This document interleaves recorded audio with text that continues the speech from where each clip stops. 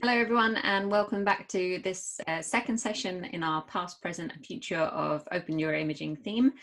As a reminder, on the screen here you can see the ways that you can get in touch with us. On our website we've got the full schedule and also details of all of our speakers and abstracts.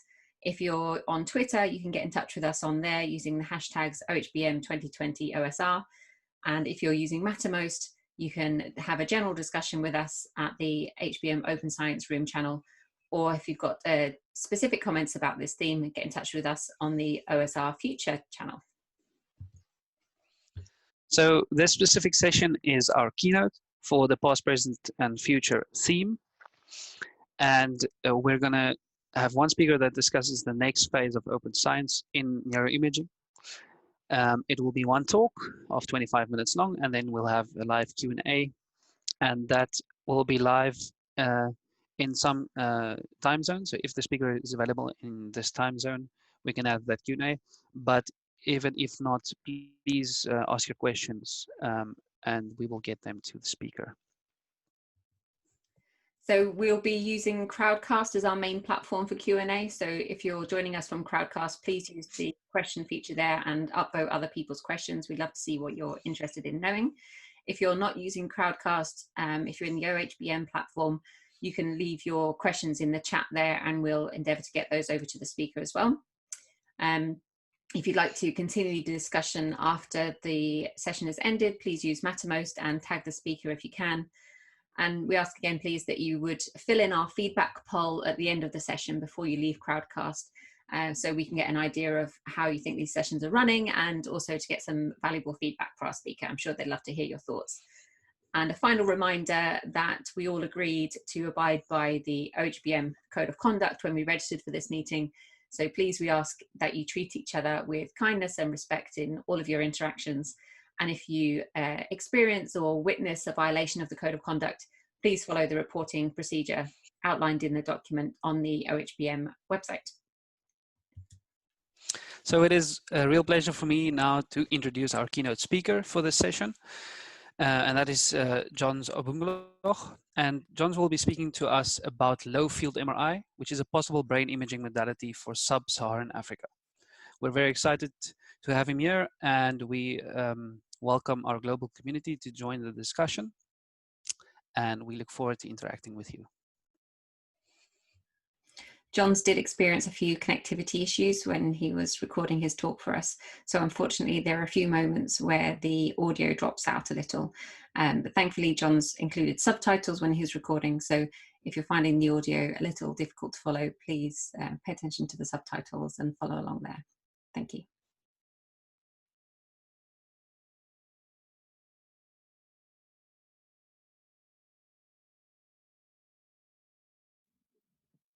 Okay, good morning, good afternoon, good evening, everyone from wherever you are. I'm called John Obungloch. I work from Bara University of Science and Technology in Uganda. I'm going to be talking about the low field MRI as a possible brain imaging modality for sub-Saharan Africa. As a way of further introducing myself, Uganda is located in the eastern part of Africa, and Bara University is about 300 kilometers southwest of the capital, Kampala. The university was started in 1989, and it currently has a student population of about 4,200 students. So talking about MRI, if we are to look at MRI as a source of light, Africa will be mostly dark with a few spotted points down south and probably at the Horn of Africa. And Uganda would even be much darker, owing to the limited number of MRI units within Africa. If we are to look at a recent survey of MRI systems across the continent, mostly in the western part of the continent for now, we would see that Nigeria has the highest number of MRI units, with about 58 systems and with a population of about 190 million people.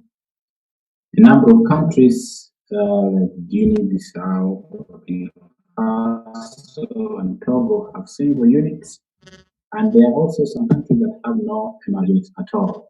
Here in Uganda, we have about 4 MR scanners for a population of about 43 million people. That translates to about 1 MR scanner for over 10 million people. If you compare that to Japan, which has one of the highest MR ratios, there is 1 system for about 2,100 people. So the comparison can hardly be made in comparing Africa with the rest of the world.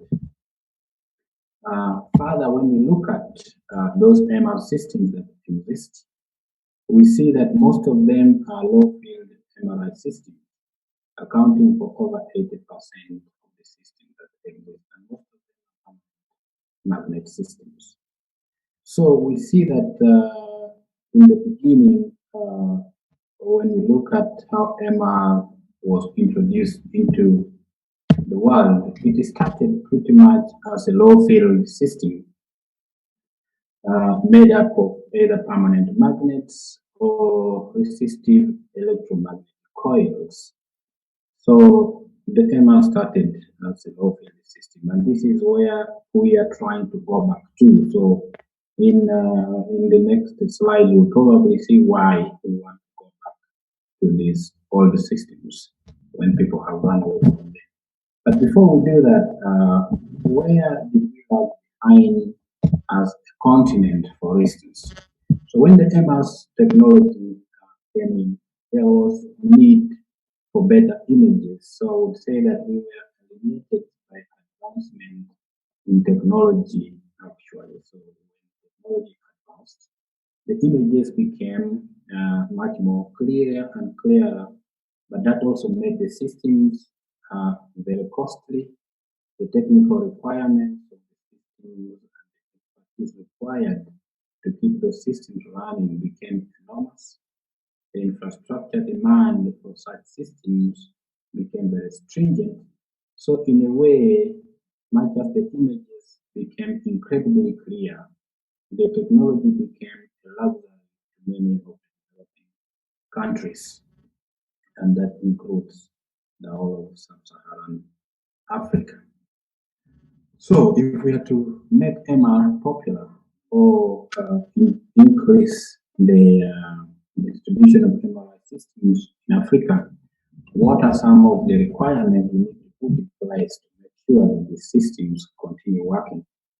One of those requirements is development of local capacity and expertise. Unless we develop local capacity to manage and support the technologies, efforts are going to be frustrated. Similarly, if possible, we need to develop the local manufacturing capacity. These, I say, if possible, is that because setting up manufacturing facility might not be only scientific, but it includes political will, the size of the market, and things like that, which might be beyond the realm of science.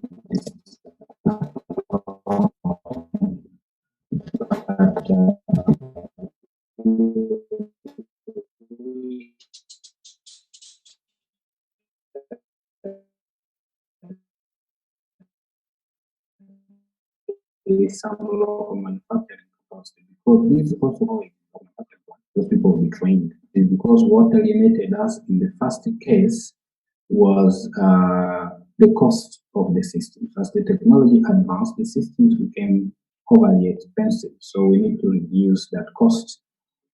The flexibility in infrastructure requirements. Currently, when you go across the continent of Africa, you see that the infrastructure is not fully developed. The road network is not very good.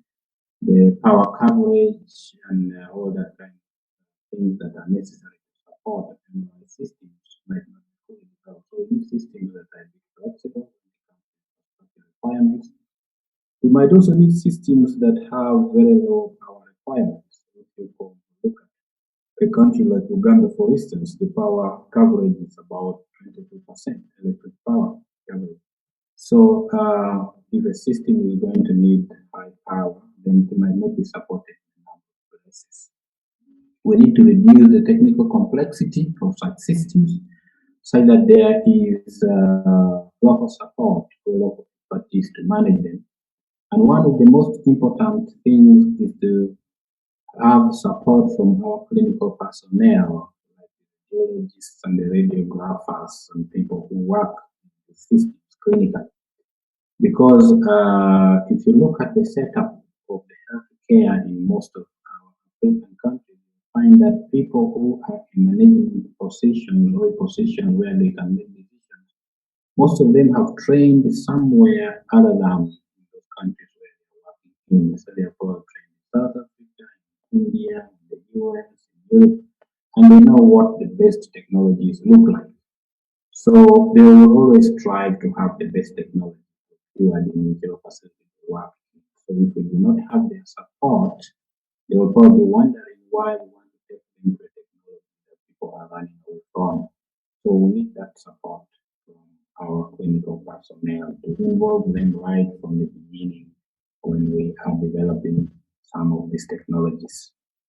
So what are we as MUST or Mbala University doing to try and satisfy some of these requirements? So as part of my PhD at Penn State a few years ago, my task was to learn how to develop one of these low field MR systems with very low technical requirements. And we designed the system, we fabricated it, and we did some imaging using the system, which you can see here. So the bore size of the system that we had at Penn State was about 22 centimeters spherical diameter. And we could acquire some images. So within a few years, I was able to learn how to fabricate and assemble the system and how to use it. So we say that in the way of trying to develop local capacity, why don't we try to get the system in the university where I'm working here in Uganda? So we have gone ahead to replicate the system and try to improve some of the parameters of the system. So this is a system that currently sits in our lab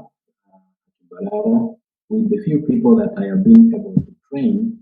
We have been able to build this system locally. Currently troubleshooting the system and working, understanding the software to run it.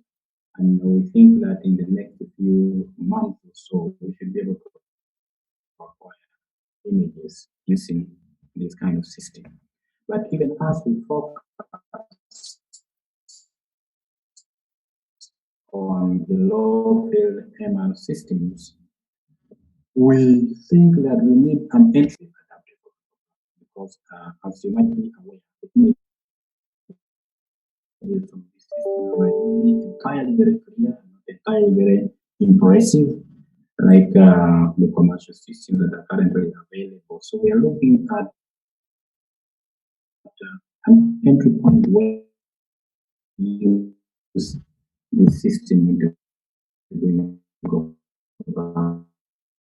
and one of the entry points that we think we have identified is cerebrospinal fluid into the brain of the head. The skull expands and the sound affecting about the burden of this different.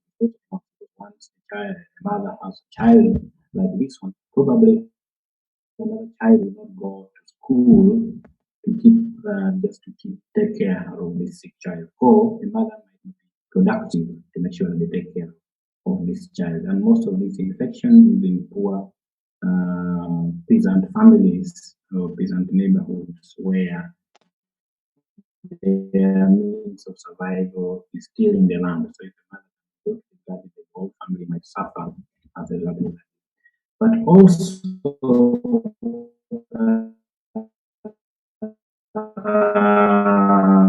for our own purposes, we make clinical decisions. You only need to be able to gray matter. You might not be interested in whether it is white matter or gray matter.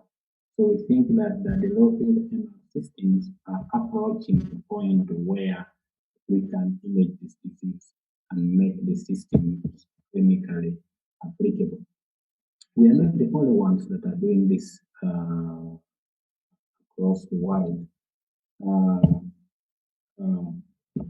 We have Matthew Rosen and his team at Harvard using the system magnet systems have also imaged the human brain. And as we can see here, we have hope that within a few years, the systems will probably be clinically applicable or usable in a number of countries in the sub-Saharan.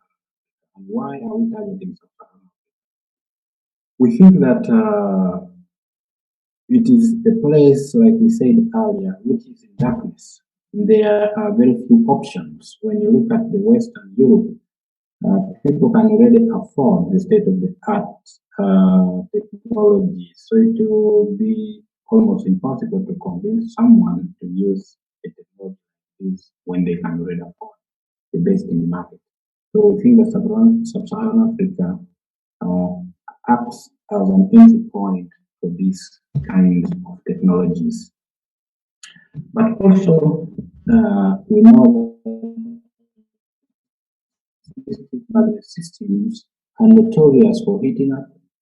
They require high power sometimes to generate the required magnetic field. So the other technology that will be used in the near future the Holbach array seen. The Leiden University Medical Center is continuing to develop the systems, and as you can see, they have developed a system consisting of a number of small magnets. So this is a permanent magnet system, but much more lighter than the conventional permanent magnet system that are available in some different countries. The weight is probably less than 10% of the current weight of the permanent magnet. So they have also gone ahead the system to image the human brain. One system was that a little bit hard, but I think this has been surmounted now that we can see slices of the brain. This is very promising for us. And also what is encouraging us to do this, what gives us hope that this technology that might be useful in Africa is a number of image processing technologies supported by machine learning that are currently being worked on by a number of research groups across the world, I would say. We have recently published a paper which talks about the dictionary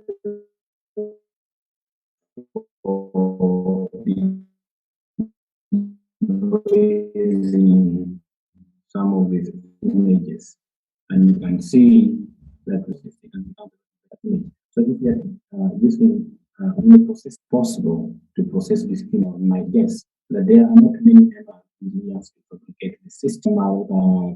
Scientists are probably users, so there is going to be a lot of collaboration that will be needed to make sure that these systems are fabricated or introduced into the clinical care in Africa.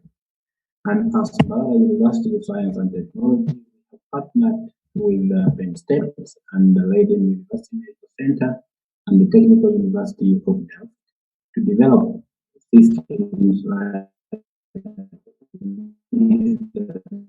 we intend to introduce into clinical standard. This is a hospital that deals mainly with the children that we have talked about in the previous slides.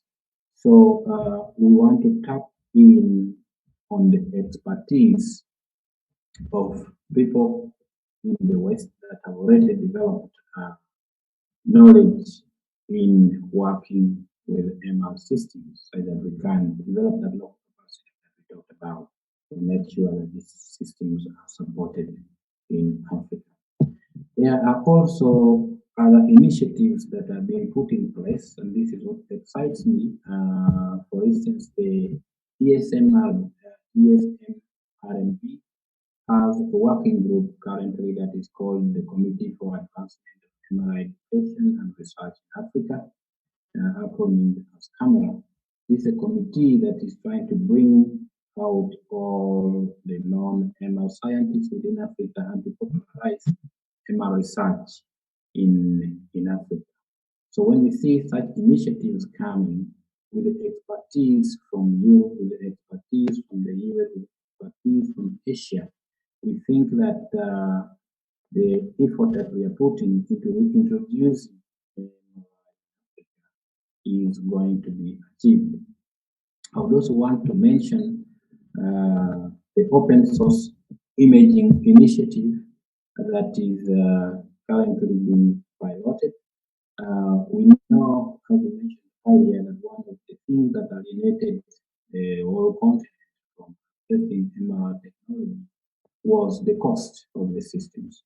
And some of this cost comes from the patented software, the patented design, the patented hardware, things like that.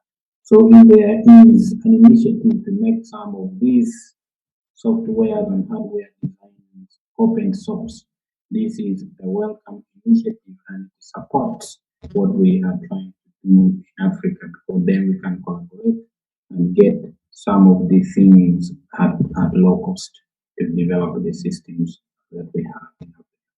And we really need to do this because unless we develop support for the MR technology, we are going to end up in a loop that we are currently plagued with in the rest of the healthcare industry, where we receive equipment like this, but because we don't have local, we don't have the technical support, we don't have manufacturing capability or spare parts.